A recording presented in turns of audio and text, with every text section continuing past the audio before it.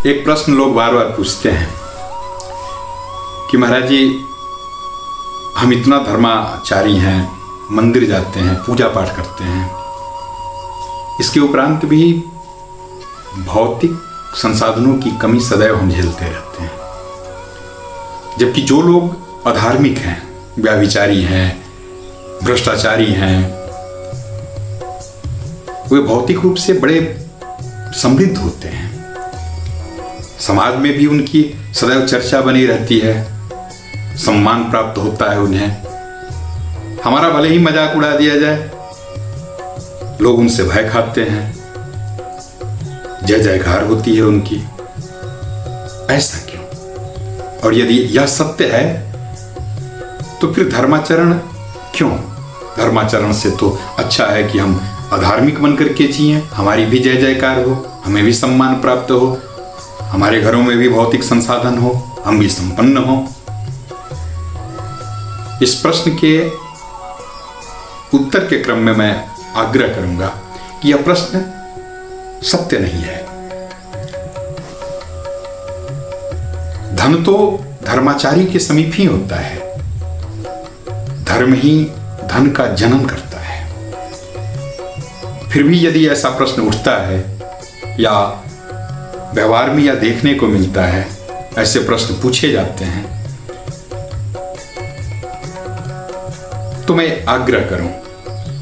एक श्लोक आता है, अधर्मेणै धते तावत् ततो भद्राणि पश्यति ततः सपत्नांजयति समूलस्तु विनश्यति। अधार्मिक व्यक्ति जो होता है, पाप करने वाला, व्यभिचार करने वाला, भ्रष्टाचार करने वाला, उसकी होती है, यह सत्य है।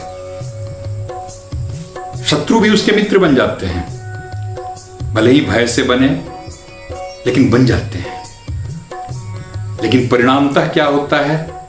समूलस्तु विनश्यति। परिणाम में वह समग्र समूल रूप से विनाश को प्राप्त हो जाता है।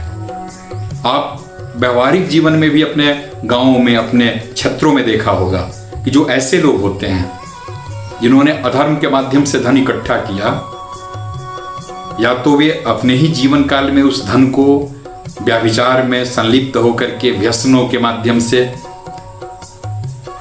पुनः समाप्त कर गए, या फिर अगली पीढ़ी उनकी समाप्त हो जाती है।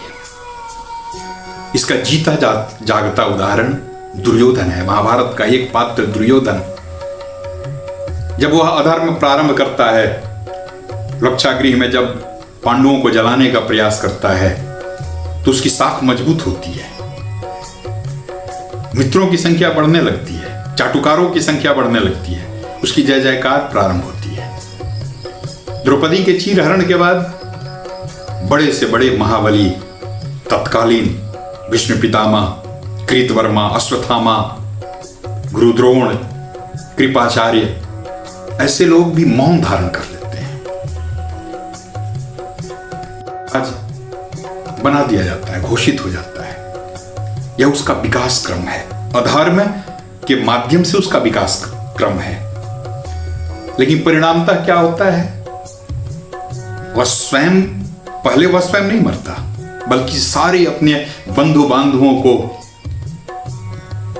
अपने जितने भी स्वजन हैं, शुभेच्छुजन हैं, जितने रिलेटिव्स हैं, सबको कुरुक्षेत्र के मैदान में पहले मरवाता है और स्वयं अंतिम में जाकर के मृत्यु को प्राप्त हो जाता है। समूलस्तु विनश्यति।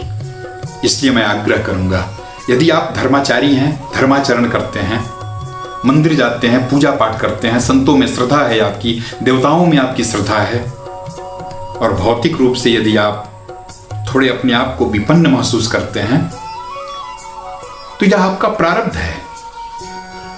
और इस धर्माचरण से अगला प्रारब्ध आपका मजबूत हो रहा है।